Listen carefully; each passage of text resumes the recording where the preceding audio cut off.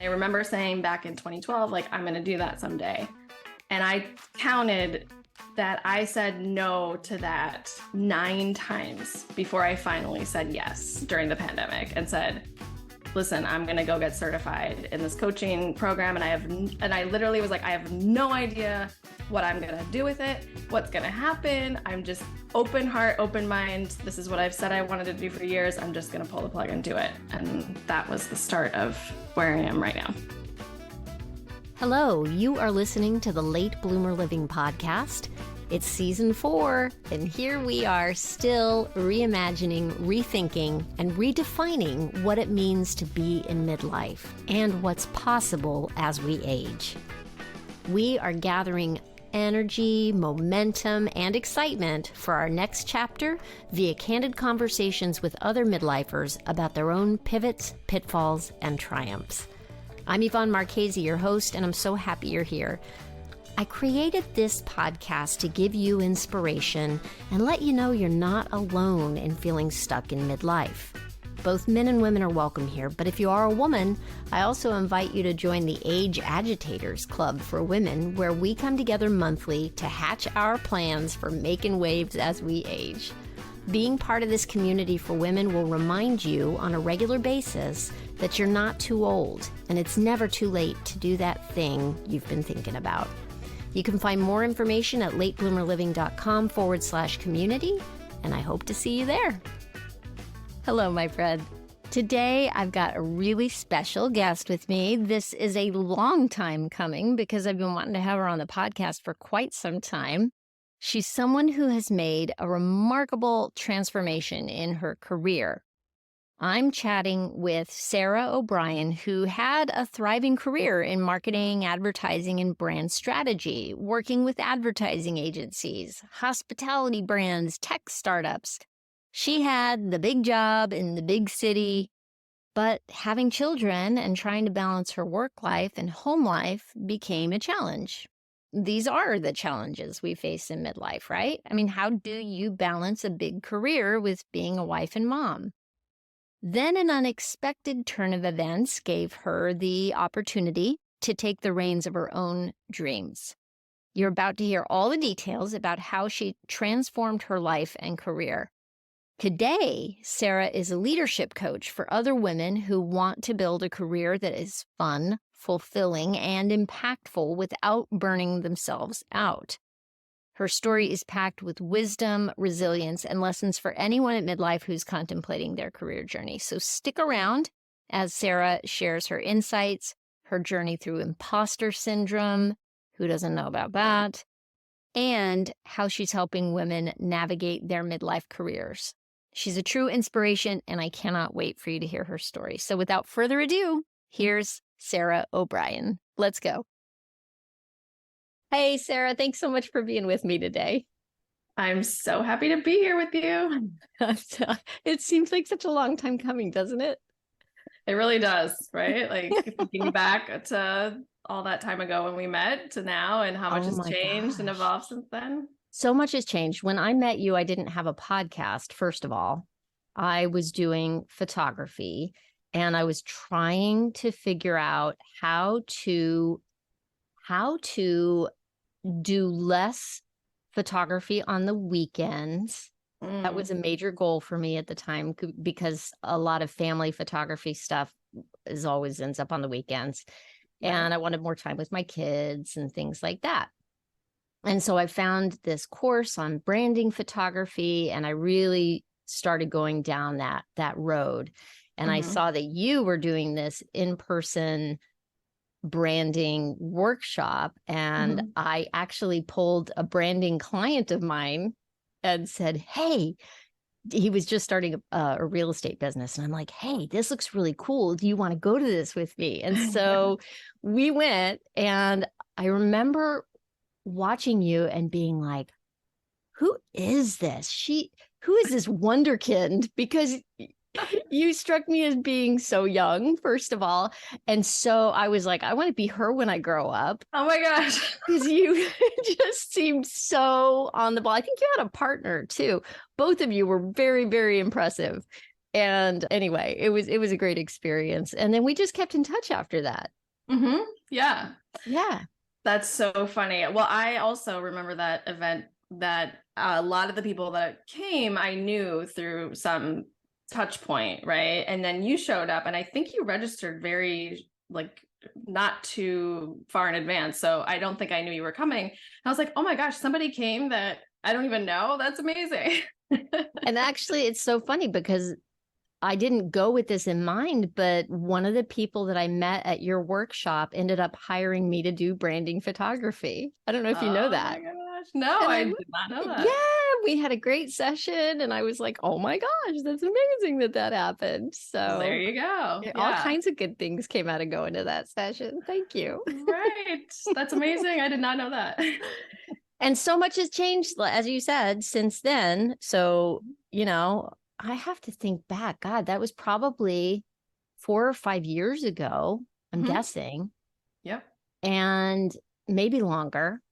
And so you have gone through some changes since then. Mm-hmm. And I think COVID was a big deal for both of us. Mm-hmm. For me, freakishly, it was a freakish blessing, the lockdown for me, Mm-hmm. which I feel kind of got a lot of guilt about. But what it did was it meant that I couldn't do photography, and this podcast idea that I'd had going for 2 years. Mm-hmm. Finally, I had time Yep. to sit and do it. And for you, it was a whole other game, right? You had younger kids Mm-hmm. and you were doing that whole like homeschooling juggle Yep. and trying to run your business. And I was watching you going, oh my gosh, I'm so glad my kids are a little older. Yes. Yes. That pandemic. It's really interesting, though, what you said, because a lot of positive things came out of it. And some of the positive things came out of really negative things, right? Because it wasn't great, the situation that I was in, but it propelled me forward to where I needed to be. So yeah, I can expand on that if that I would was be just good. going to say, tell us Keep more. going. Tell us more. Yes. Well, and So, it's funny. you were corporate. You were like marketing was your corporate career for a long time, right? Yes. How old were you when you when you made the shift to going out on your own? Take us up to that point in time first, I think, and then maybe we'll work forward to COVID and how that changed everything. Yes. So I had a 15 plus year marketing career in New York, and we moved out to Connecticut after we had kids, but I still maintained my work in the city. So at that time, actually, hybrid remote work was very unheard of. So it was a huge deal that the company that I was with allowed me to work mostly remote. And then I would come into the city, once a week or something like that. And so I guess, so you want to know how old I was when I made the switch? Yeah. So I was around 38.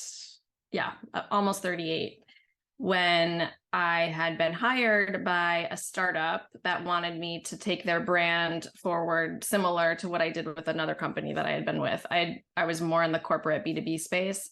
So they saw the work that I had done with this other company and wanted me to come and do it for them. And actually, it was the best. I shouldn't say the best. It was an amazing 10 months of my professional life. I worked with ex-Googlers and really amazing people who I still keep in touch with and learned so much. And it was just so fun. It was like the startup world, and it was cool and fun. And then 10 months in, the parent company decided to shut it all down.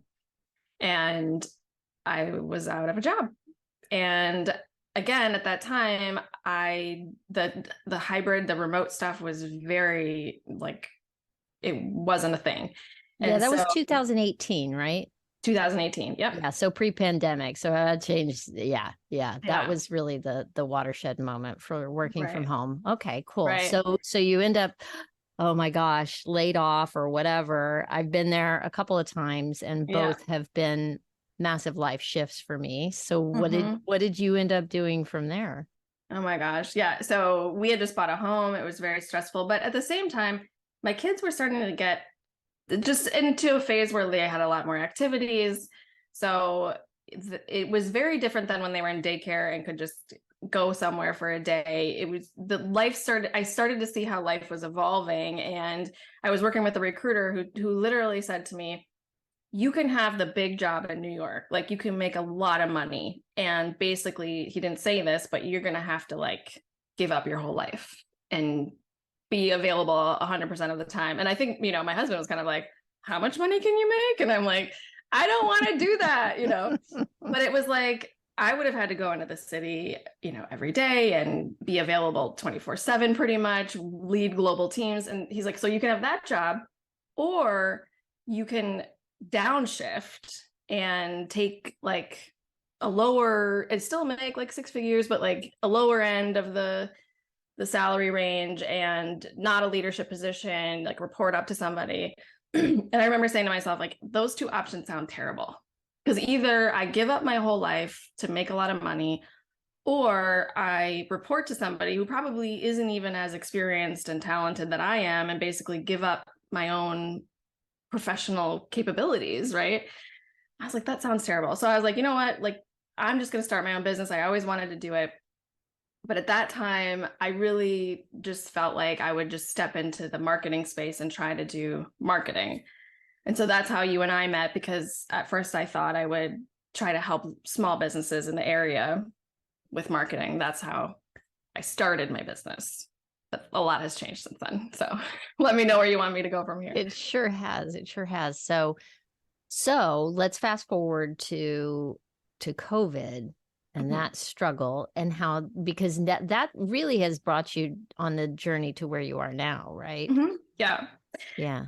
Yeah. So I think I realized the small business stuff was really like hard to piece together a lot of projects that would have made me enough money. It was just a struggle. I wasn't enjoying it that much. And I ended up just going back to my network, and I started doing contract marketing for companies that I had known in my, my marketing career.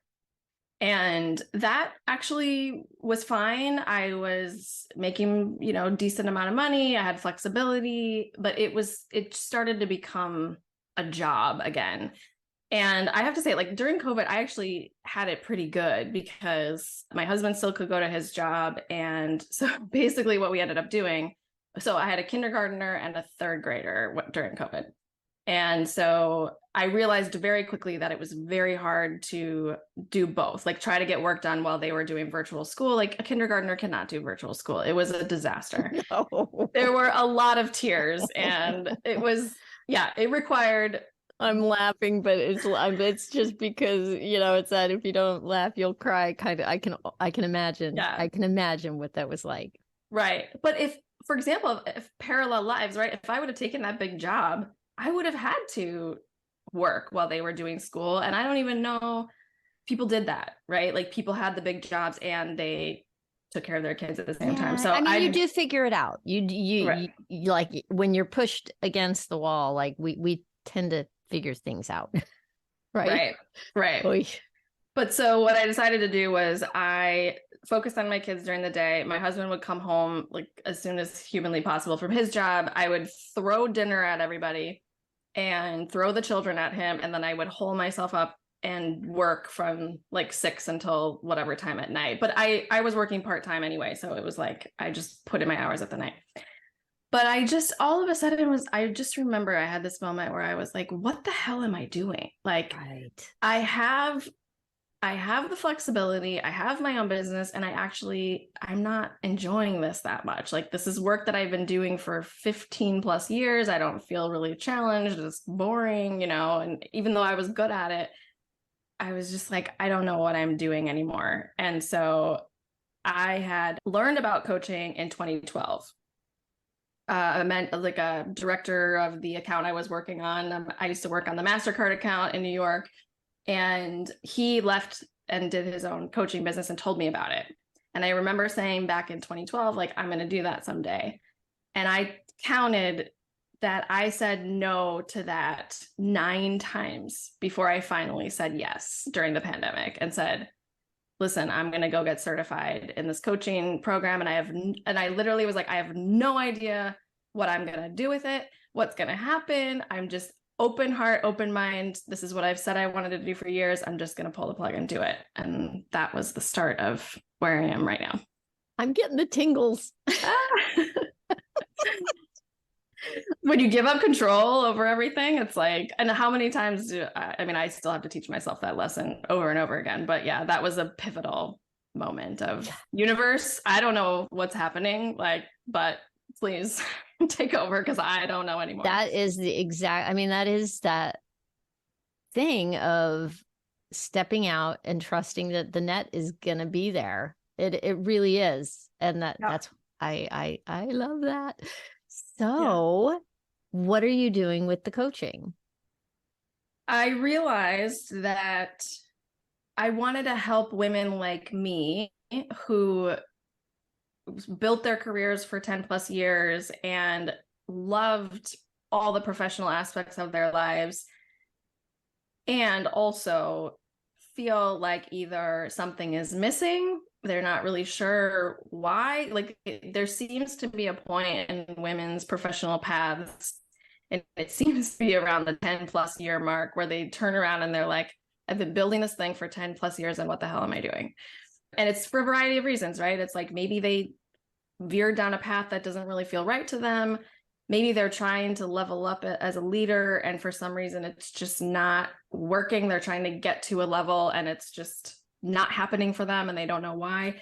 But it's always a certain type of woman at that point in their career that I love to help, because they just have been so successful, but for some reason they've come across a stumbling block and they don't know where to go from there. So it's leadership coaching for women, and it's about how to become a better leader for their teams and for their organizations, but also for themselves. Like, how do I lead myself in the most authentic way so that I can also lead effectively in my work and in my teams? Wow. So how's it going? How's it going? Listen, I am never going to tell you that entrepreneurship is roses and butterflies and unicorns, because it's hard. It's hard to run your own business. There's a lot of ups and downs, and there's a lot of times where I feel on top of the world because I'm doing work that's so meaningful for me. And then there's other times where, you're struggling to figure it all out. There is no better way to get to know yourself, right? Oh than taking on running your own business and being an entrepreneur. I think it'll show you all your strengths. It'll show you all your weaknesses. It is all there right in front of you Yes. And how many times do you watch people get on and say, it's going great? And please, it's up and down a lot of times. And there's a lot of, like you said, getting to know yourself. So it is going great. And I have been crying in my office here and there, right? Like there's just, it can be a roller coaster no matter what level you get to as well. But I have a contract with a company where I'm doing leadership coaching, a large company in Connecticut. I'm so happy for you. That's amazing. Thank you. Yeah. And so I do one-on-one coaching with them, and then workshops around leadership and team building and things like that. And then I'm launching a specific program for women leaders. Yeah, stay tuned because that's coming down. Fantastic. I'll make sure to get that in show notes for people so that if they're interested in looking to see what that is, they can.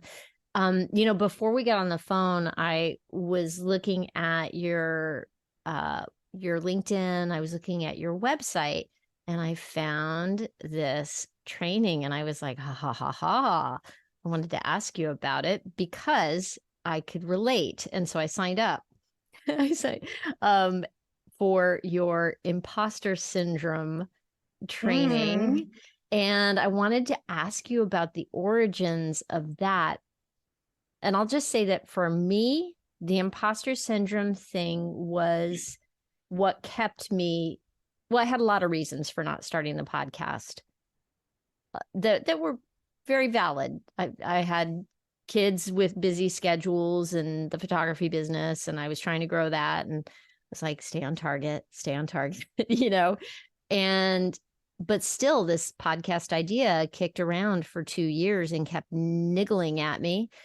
And what I really realized was that there was this imposter syndrome thing that was keeping me from doing it, this fear, this who am I to do that? And so I'm wondering for you, what prompted you to put together a training around imposter syndrome and dealing with that? Yeah. Well, it comes up every time I do one-on-one coaching with anybody.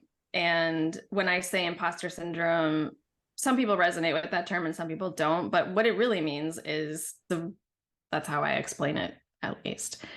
And it's very, like people intertwine it with confidence, but it's very personal. It's like it's like about who you are, and it will stop you. It will stop anybody. And it's a defense mechanism that your brain is coming in to try to protect you, right? Keep you safe.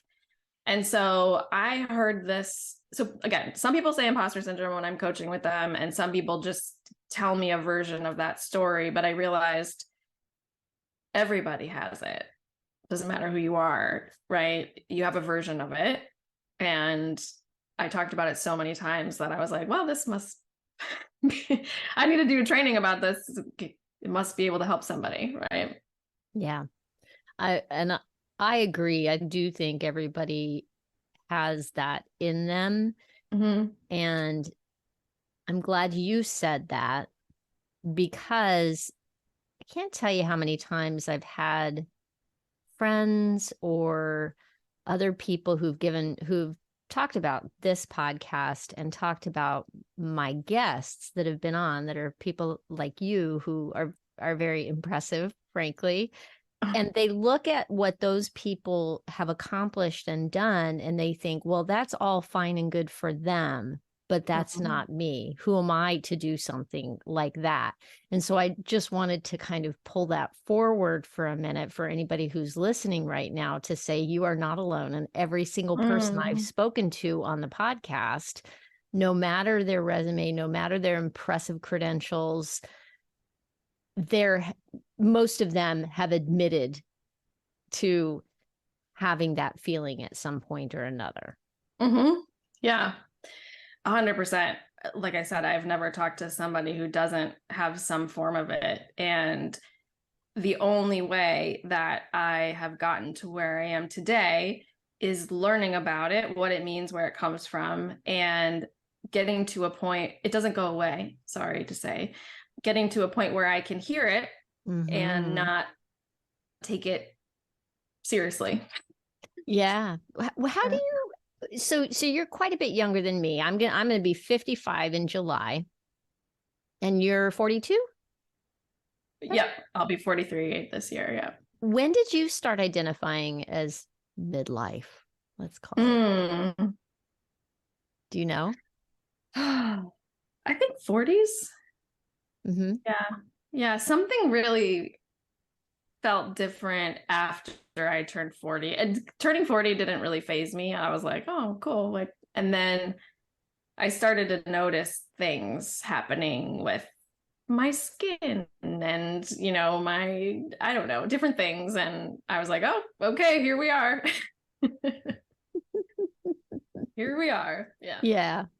How has it affected, do you think? It may be too soon for you to be able to identify this, but how has it affected, like, being in this phase of life, your entrepreneurial journey? I think I care a lot less about what people think.